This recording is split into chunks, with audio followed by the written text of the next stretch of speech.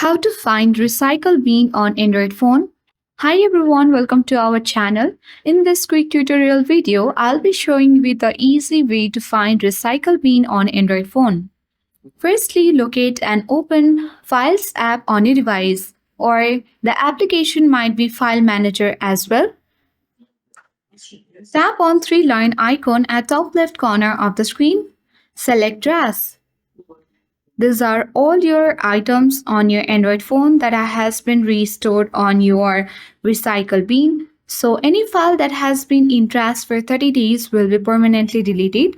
So 30 days has been left for these two items and 29 days left for this all the items. So if you wish to restore any item from this recycle bin on your Android phone, simply you need to tap on the particular item here, and after that, you can either restore by tapping on the bottom left corner restore button, or if you wish to delete it permanently, you can tap on the delete button at right corner and tap delete button. And this has been permanently deleted from your recycle bin on Android phone.